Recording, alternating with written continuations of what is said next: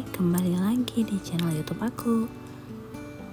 Nah, saat ini aku mau sharing salah satu resep favorit aku, yaitu sop kacang merah. Ini enak banget dimakan, apalagi musim hujan seperti sekarang ini ya. Nah, di sini persiapannya aku udah cuci bahan-bahannya.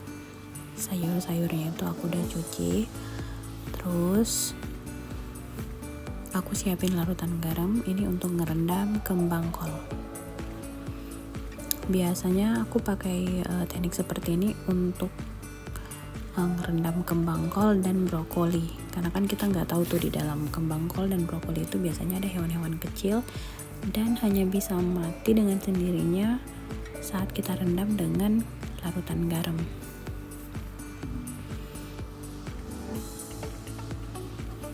Nah, aku diamin dulu sekitar 20 menitan kalau nggak salah ya, 15-20 menitan lah. Nah, sambil nunggu dia mengeluarkan binatang-binatang itu, aku siapin untuk buncisnya.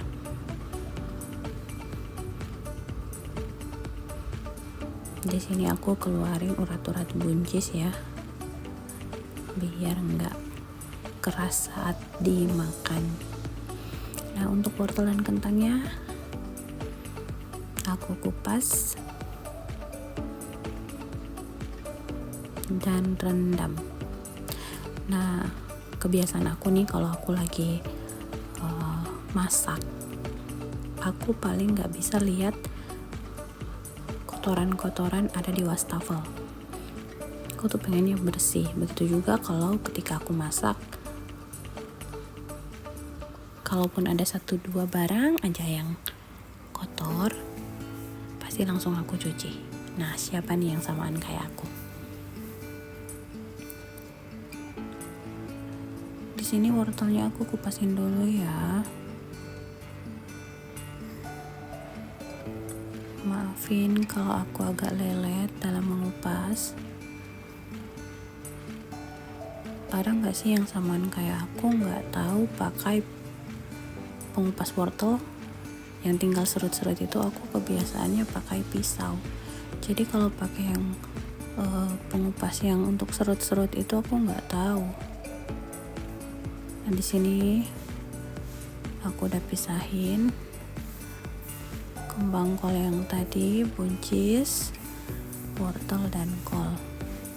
Nah, di sini aku pisah-pisahin ya, dijadiin agak kecil. Soalnya tadi aku belum potong kecil, masih gede-gede. Untuk kacang merahnya sendiri aku udah rendam semalaman ya. Jadi kalau ada yang baru mau ngerendam itu diamin maksimal 4-5 jam lah, biar gampang empuknya.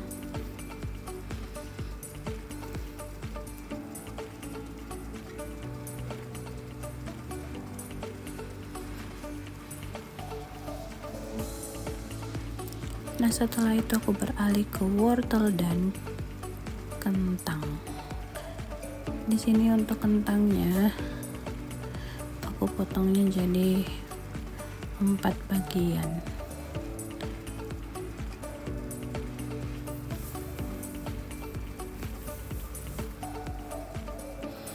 Aku sengaja potongnya agak gedean ya, soalnya kentang kan gampang banget lunak.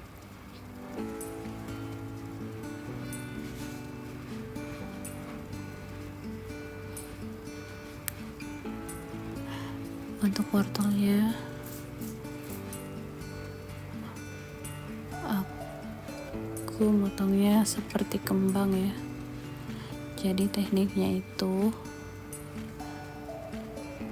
dipotong melingkar. Jadi aku buat 5 garis biar jadi seperti kembang. Jadi cantik itu. Kita makan kecantikan.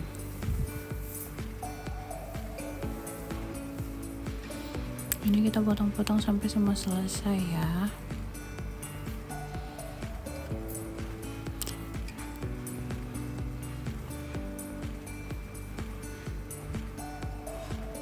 Tuh kan, cantik kan. Aku juga motongnya nggak terlalu tebal biar nanti masaknya nggak terlalu lama dan matangnya itu bisa bersamaan dengan kentangnya. Jadi kalau wortelnya terlalu tebal, nanti saat masak kentangnya malah jadi lembek banget. Untuk buncisnya ini terserah mami di rumah ya, mau dipotong gimana. Aku sukanya yang pendek-pendek gitu biar enak aja liatnya. Nah ini tergantung selera sih.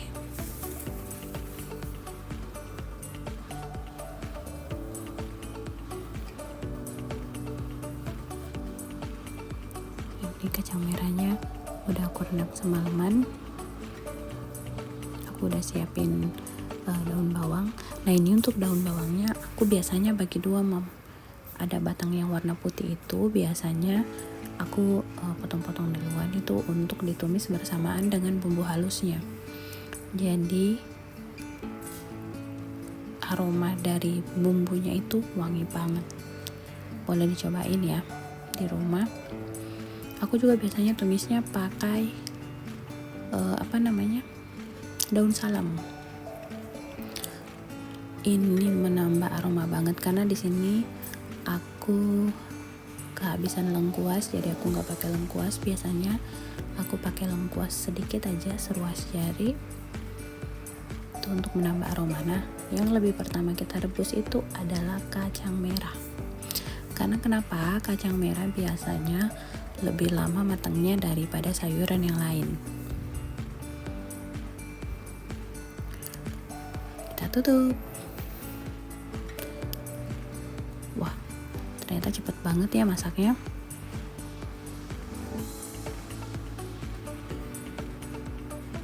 Di sini aku tes kelunakan dulu. Nah setelah lunak,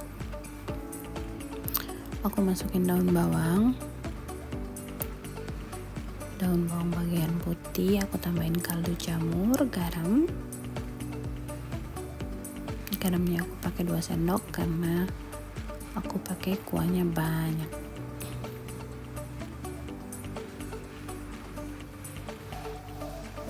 Aku tes rasa dulu ya. Nah setelah tes rasa dan udah mantap, aku tambahin wortel dan kentang. Setelah itu kita aduk-aduk sampai rata, kemudian ditutup lagi, biarin sampai mendidih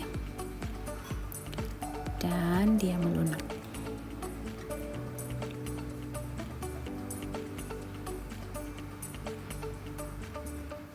Nah setelah melunak baru ditambahin buncis dan kembang kol. Untuk buncis dan kembang kolnya itu kita turunin bersamaan ya, karena dia biasanya matangnya bersamaan.